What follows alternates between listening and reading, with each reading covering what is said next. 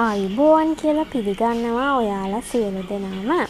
ඉතින් අද අපේ ගමේ විශේෂ දෙයක් සිද්ධ වුණා. ඒ තමයි අපේ ගමේ අද හාමුදුරුවෝ 100 නමක් වඩම්මලා දානේ පූජා කළා. ඒ කියන්නේ 100 නම ගෙවල් 100කට එක ගෙදරකට එක හාමුදුරු නමක් බැගින් තමයි මේ වඩම්මලා මේ පින්කම සිද්ධ කළේ.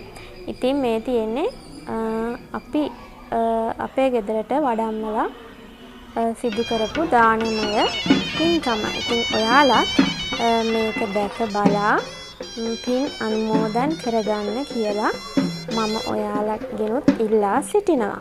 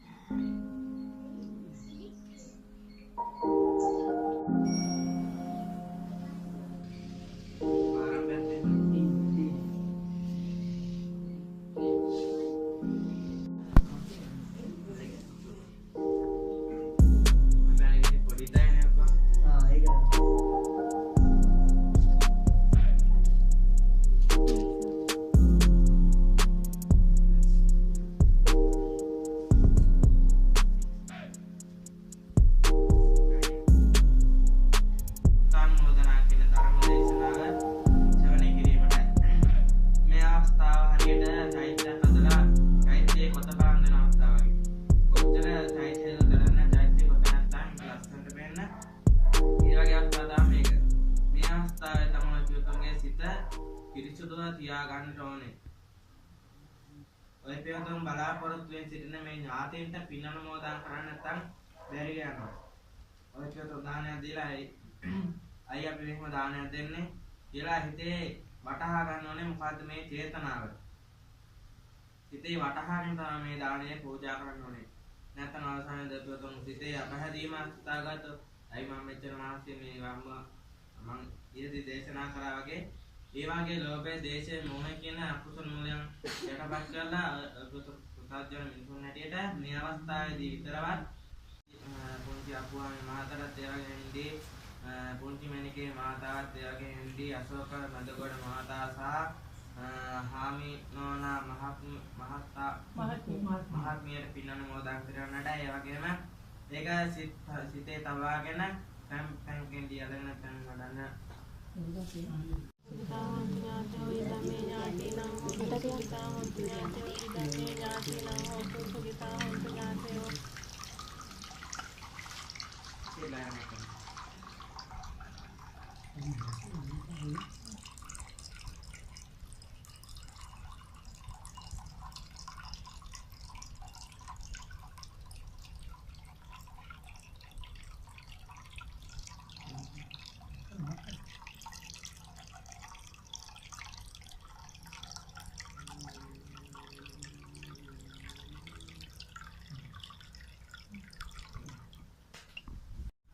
Sape buddha balapasta lacce kanantyam balang arahantana tejena rakkam undam sattatu.